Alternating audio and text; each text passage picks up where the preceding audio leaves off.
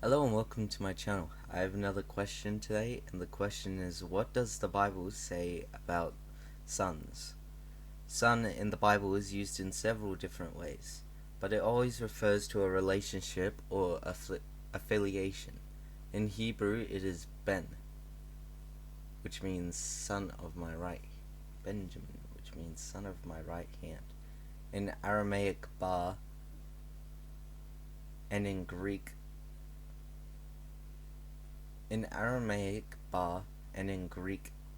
Oios, it is most often used to indicate a direct descendant, either a child or a grandchild. But son is also used as a metaphor to reflect a characteristic, profession, or citizenship. Primarily, a son in the Bible is a direct male descendant. The word was not limited to the first generation. When Paul preached in Antioch, he called the Jews present sons of the family of Abraham. As we do now, people in that time used the word son to refer to someone who was younger or of inferior social status, like the priest Eli did with Samuel and Jesus with the paralytic. The term son often carries a deeper meaning, however, that intertwines with genealogy. When Jesus says of Zacchaeus in Luke chapter 19 verse 9, "Today salvation has come to this house, since he is also a son of Abraham."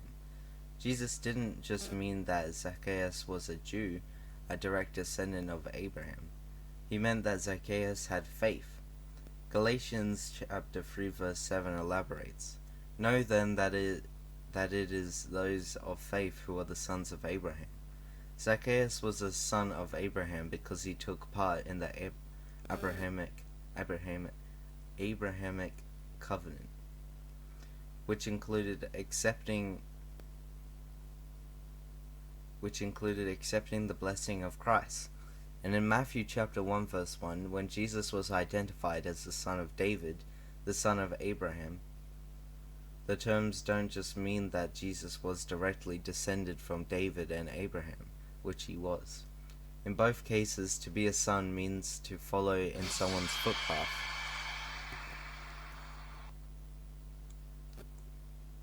Follow in someone's footsteps, to emulate another's actions, to carry on and to an extent fulfill the Father's life and purpose. We who are believers are sons of Abraham because we fulfill God's promise to Abraham that we would bless the world for Abraham's descendants. Jesus is the son of David because he is the fulfillment of God's promise that David would always have a descendant on the throne. In these cases, Abraham and David became more than people or patriarchs. They become the embodiment of an idea, specifically God's work in humanity. To be a son is to partake in the grand purpose of another's life. Son can also refer to a person's character or identity. A son of Aaron was a priest, a son of Asaph was a musician and songwriter, and the son of the prophets was a prophet. Son of was used metaphorically to identify one's nature or a personality trait. Jesus is called the Son of God, a title communicating his divine nature, and the sons of thunder, James and John, were known for their somewhat outgoing personalities. Son could refer to a nationality. A son of Zion was a Jew, a citizen of Israel or Jerusalem. Son also indicated religion, sons of Chemosh, and sons of Belial. This is perhaps the most ominous use of the word, since it indicates that pagans followed in the purpose of these demon gods.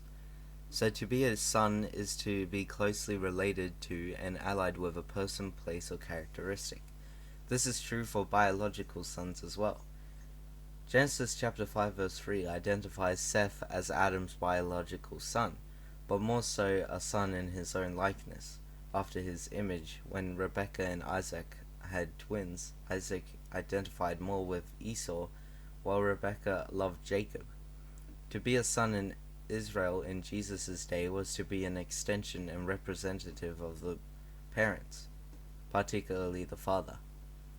The guidance given to parents regarding sons is universal for daughters as well. Teach them about God. Teach them how to properly use their talents and gifts. Do not frustrate them to the point they become disrespectful. Properly discipline them. Provide for their needs. Forgive them. Realize they are a blessing. The most important thing parents can do for their sons is lead them to be sons of God. Ultimately, our sons are not for ours to keep. Romans chapter 8 verse 14 explains what our ultimate goal as parents should be.